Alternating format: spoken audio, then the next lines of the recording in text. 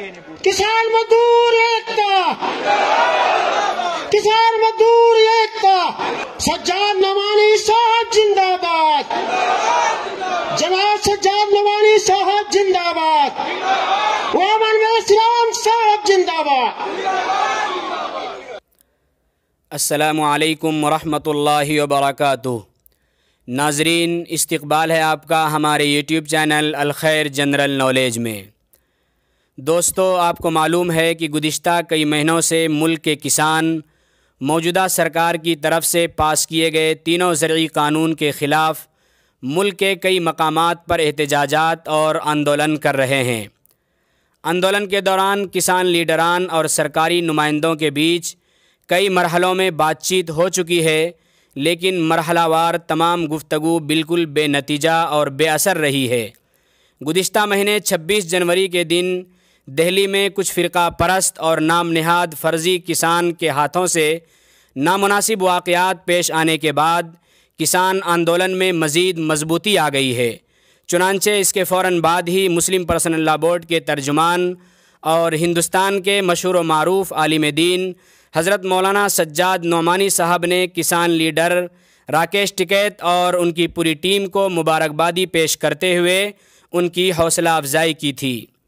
नाजरीन, इस वक्त की बड़ी ख़बर यह आ रही है कि आज मौलाना सज्जाद नौमानी साहब ने बनफ़्से नफीस किसान आंदोलन में शिरकत की और बहुत ही अहम ख़िताब भी फरमाया। आप पहले हज़रत मौलाना का ख़िताब समाअत फ़रमाएँ और आपसे एक दरख्वास्त ये भी है कि जो साथी चैनल पर नए आ रहे हैं वो चैनल को सब्सक्राइब करके बेल आइकन को भी ज़रूर दबा दें। बंदे बैठे ने यार, परे हो जा तू, एकड़ का हल्दी नहीं होती।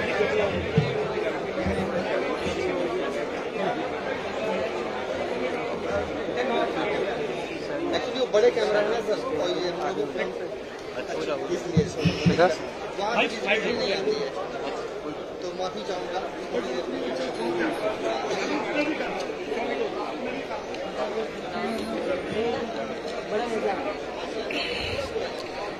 इस ऐतिहासिक किसान आंदोलन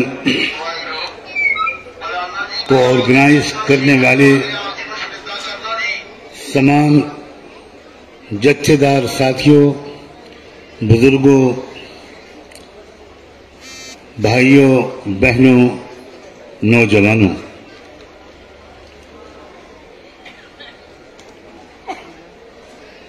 मैं इस वक्त यहाँ आपके पास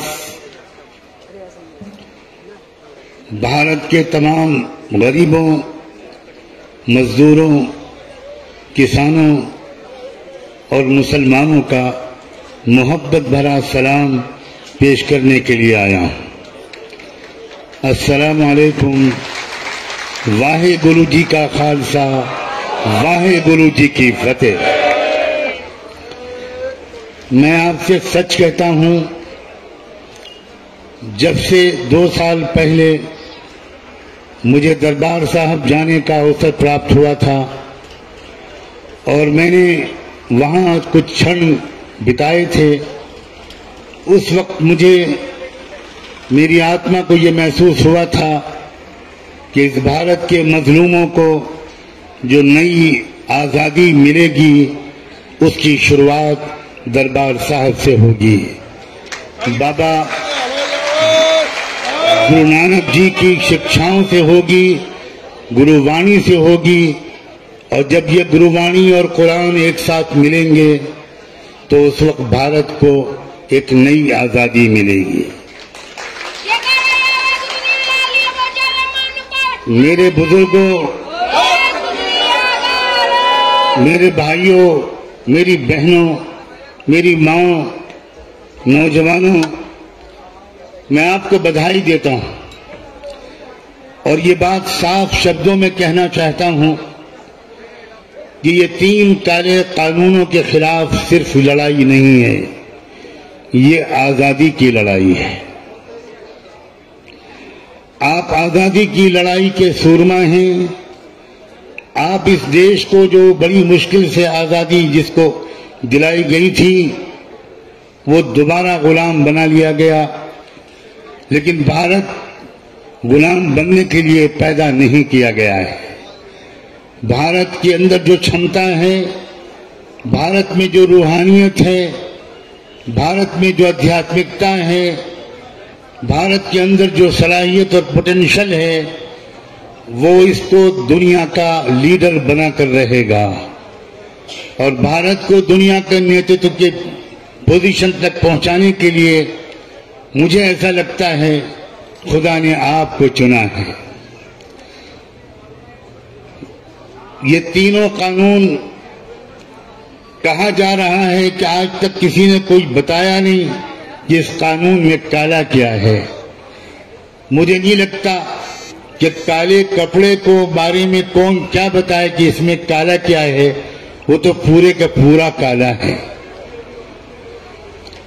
इन तीन कानूनों को बनाकर इस बात का पूरा इंतजाम किया है भारत की सरकार ने कि हमारे हजारों लाखों किसान भाइयों की खून पसीने से जो अन्न पैदा हो वो दो व्यापारियों की तिजोरियों में बंद हो जाए।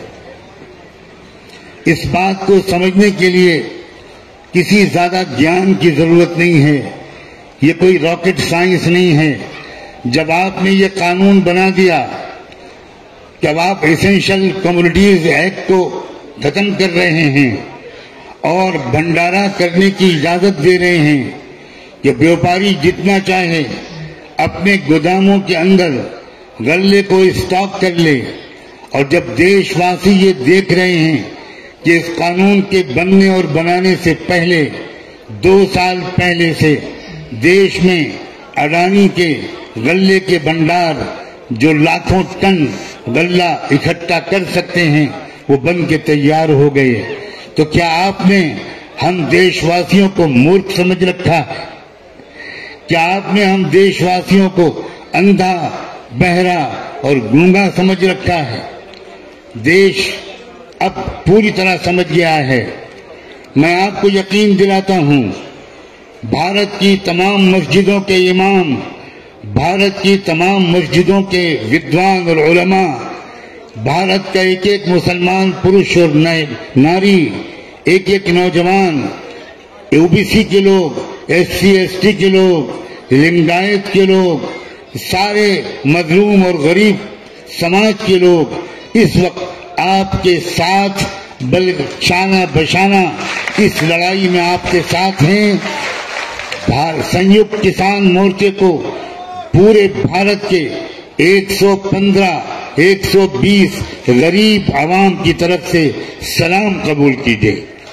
आपसे मैं भारत की जमीन की तरफ से, भारत की आत्मा की तरफ से, भारत के गरीबों की तरफ से, भारत के यतीम बच्चों की तरफ से, भारत के मजलूमों और हैव नॉट्स की तरफ से आपसे ये विनती करने आया हूं कि किसी कीमत पर आपको हिम्मत नहीं हारनी। खुदा जानता था कि इस देश में सबसे ज्यादा बहादुर कौन लोग हैं।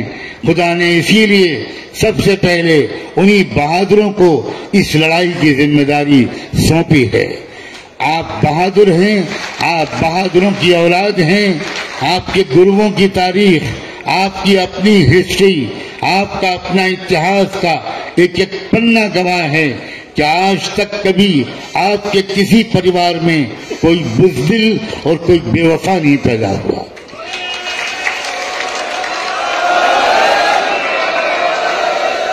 आप मन के सच्चे लोग हैं और आप अपनी बात के पक्के लोग हैं।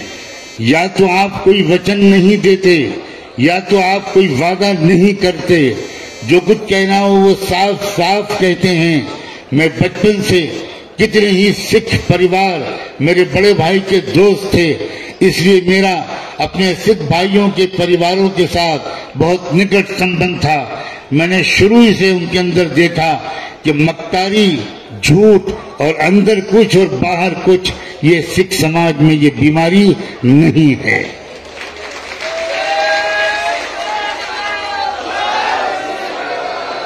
मैं खुदा से प्रार्थना करता हूं कि मेरी तरफ से और आप सबकी तरफ से वो 200 से ज्यादा जो बुजुर्ग और भाई यहाँ शहीद हुए, जिन्होंने अपनी शहादत पेश की, जिन्होंने अपने प्राण निछावर किए, जिन्होंने अपनी जान दे दी सच्चाई की लड़ाई में, गरीबों की तर्जुमानी में, उन सबको हम सब की तरफ से सलाम पहुंचे। ये शहादत बेकार जाएगी ऐसा कोई सोचेगा तो ये उसका मूर्खपने की अलामत है और महापाप है।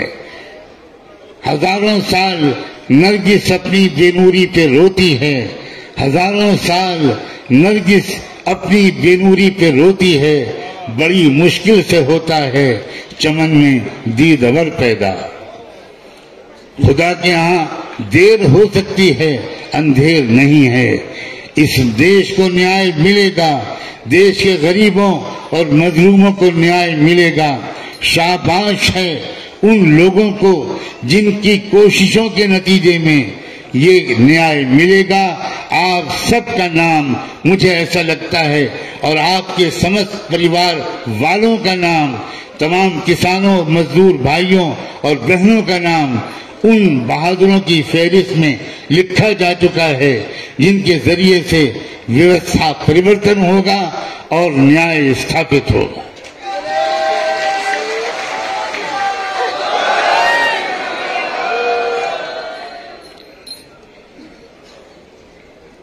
आप अच्छी तरह जानते हैं मैं YouTube के माध्यम से रोजाना आपके साथ शरीक होता था। अपने बहुत बिजी शेड्यूल के बावजूद और अपने स्वास्थ्य की खराबी के बावजूद मैं शायद ही पिछले 2.5-3 महीने में कोई एक दिन ऐसा गया हो जिसमें मैंने सोशल मीडिया के माध्यम से सिंगपुर हाजिरी न दी हो, गाजीपुर हाजिरी न दी हो।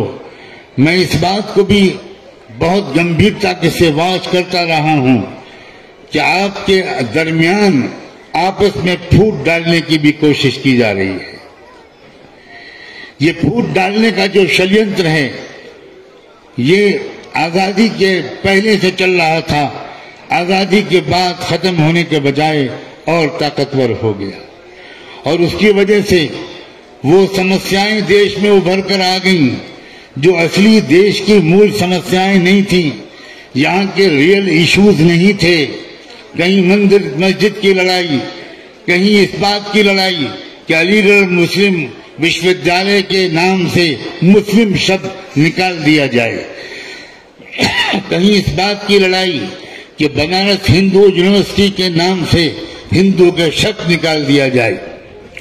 देश की असली समस्याएं गरीबी है, महंगाई है, किसानों को फसलों की सही कीमत का न मिलना है।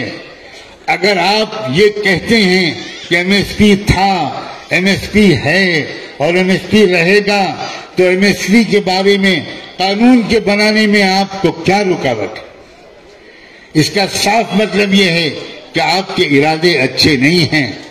जब थोड़े दिनों के बाद आपको ये बात याद दिलाई जाएगी कि आपने सदन में खड़े होकर कहा था, फ्लोर ऑफ द हाउस में कहा था कि एमएसपी था, एमएसपी है और रहेगा, तो आप दो में से कोई एक कह देगा कि वो तो जुमला था।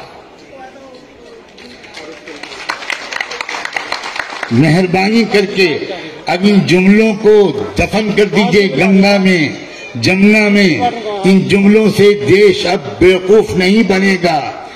हम इस बात का इतराफ करते हैं कि हमारे बहुत से लोग गलती कर गए थे और उन्होंने आपको वोट देकर भारत की सत्ता पे बिठाया था।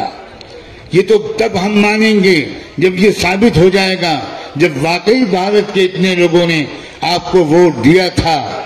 लेकिन आप ये बात नहीं मान रहे। पूरे विश्व में ये बात फैल चुकी है कि आप जेन्युइन वोटों से नहीं जीते थे, आप ईवीएम के जरिए जीते थे।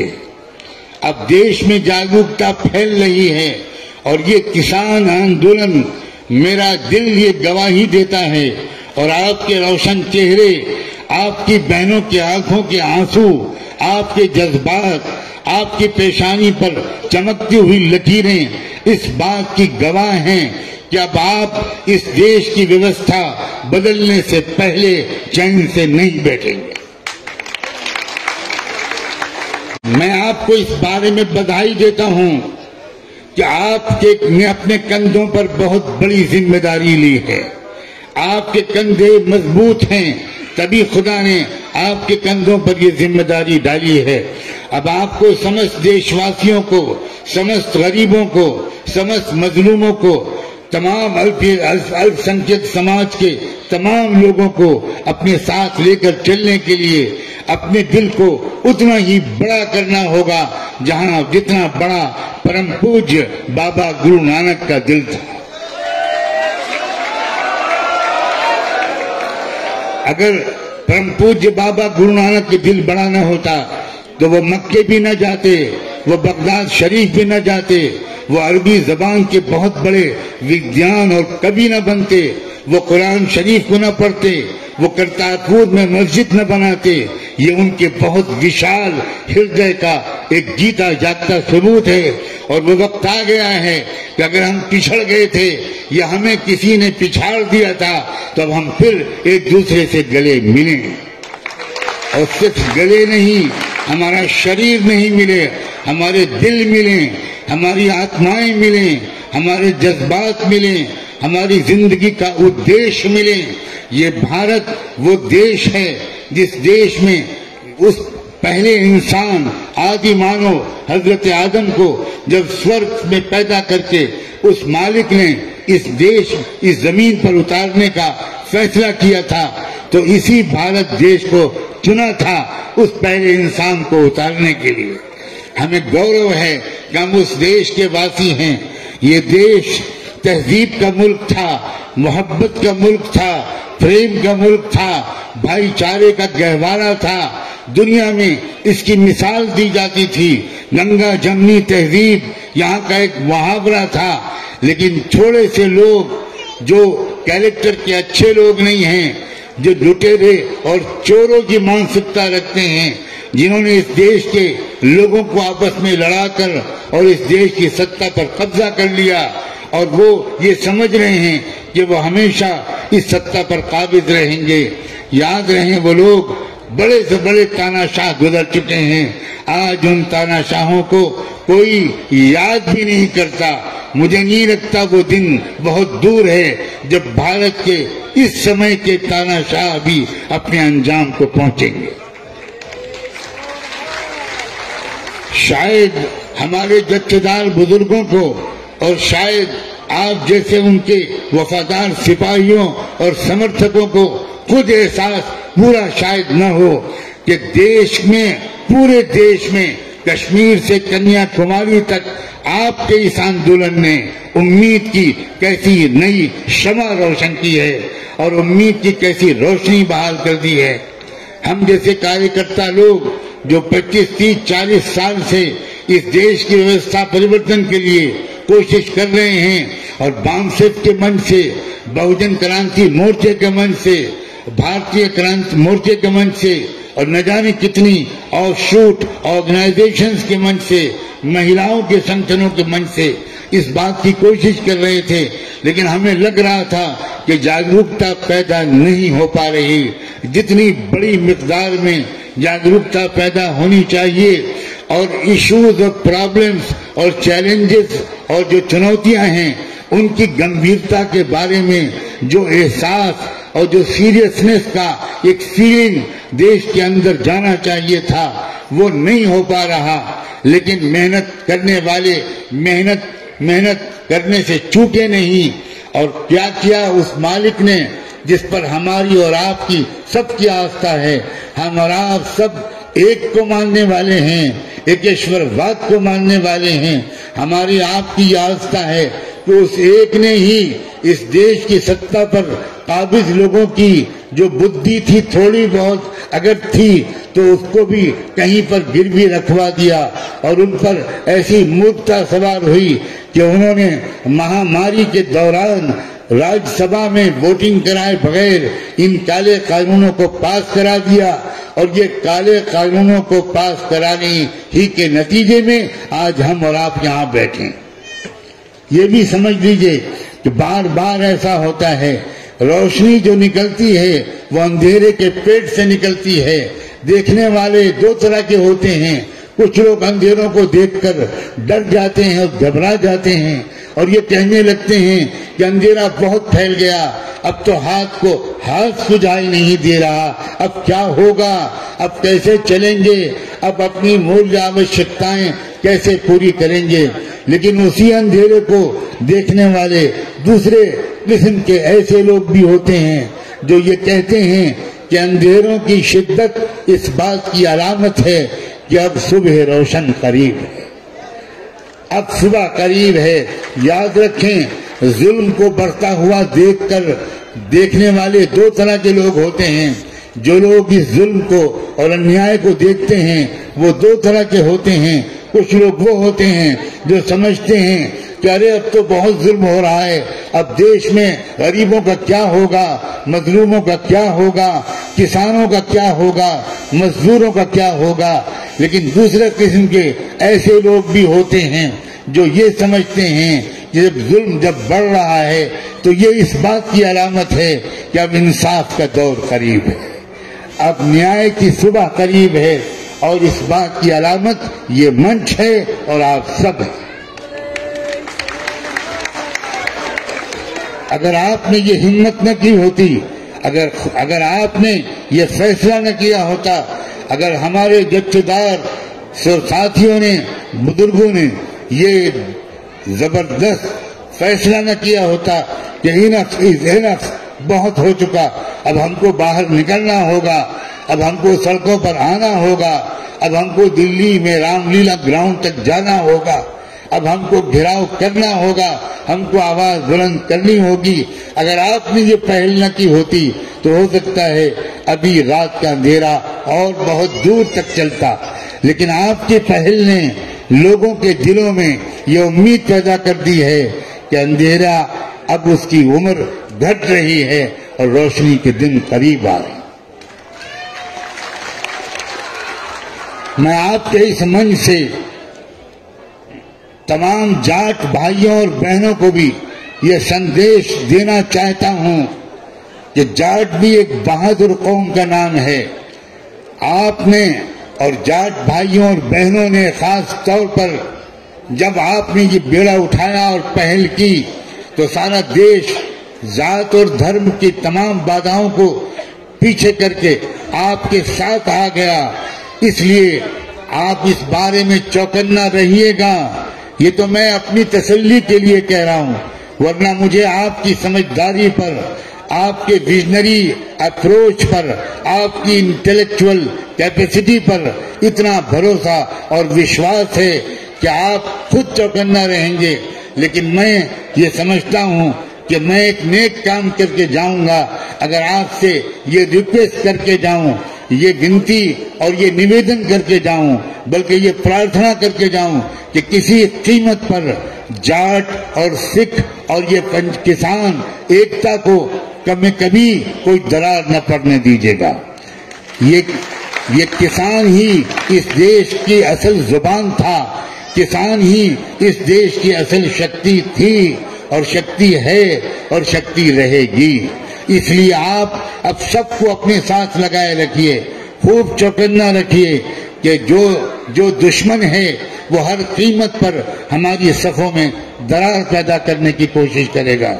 मैं मुस्लिम समाज की तरफ से पूरी जिम्मेदारी के साथ आपको यकीन दिलाता हूं कि देश के 25-30 करोड़ मुसलमान, जैसा कि अभी हमारे साथियों ने बार बार आपको बताया, वो सब आपके साथ खड़े हैं, वो सब आपके पीछे खड़े हैं। हम कोई नमाज ऐसी नहीं होती जिसमें आपकी कामयाबी के लिए दुआ न करते हों। जगह जगह दुआएं हो रही हैं, जगह जगह मस्जिदों में, दरगाहों में उस मालिक के गिड़गिड़ा कर लोग दुआ भी कर रहे हैं। नौजवान आपके साथ हैं, यूनिवर्सिटी के स्टूडेंट्स, लड़के और लड़कियां आपके साथ हैं। और क्या अच्छा हो कि पूरे देश में भी आपके कुछ प्रतिनिधि पूरे देश का दौरा करें। मैं जहां जहां आपका इस्तकबाल कर सकूंगा खुद करूंगा, वरना हजारों लोग आपको अपने इस्तकबाल के लिए तैयार मिलेंगे। मैं ज्यादा समय आपका नहीं लेना चाहता। मैं आप सबकी हिम्मतों को सलाम करते हुए आपकी इजाजत चाहता हूं और अपने थोड़े से कमजोर बीमार जो मेरी सेहत का हाल है उसके लिए दुआ की भी प्रार्थना करता हूं। मेरा दिल चाहता है कि पूरे देश में इस आंदोलन की आवाज लेकर एक एक गांव में मैं खुद जाऊं, हर दरवाजे पर फकीरों की तरह दस्तक दूं कि अब घर से निकलो, अब घर में बैठने का वक्त नहीं है, अब भारत की तकदीर के बदलने का वक्त है और भारत की तकदीर बदलेगी तो विश्व की भी तकदीर बदलेगी। इन उम्मीदों के साथ मैं आप सबकी मोहब्बतों का बहुत शुक्रिया अदा करके आपसे इजाजत चाहता हूं, आपसे रुखसत होता हूं। अभी हमको फौरन नमाज भी पढ़नी है। एक बार फिर मैं आपको सलाम करता हूं। वाहे गुरु जी का खालसा, वाहे गुरु जी के फतेह। बहुत बहुत शुक्रिया, बहुत बहुत शुक्रिया।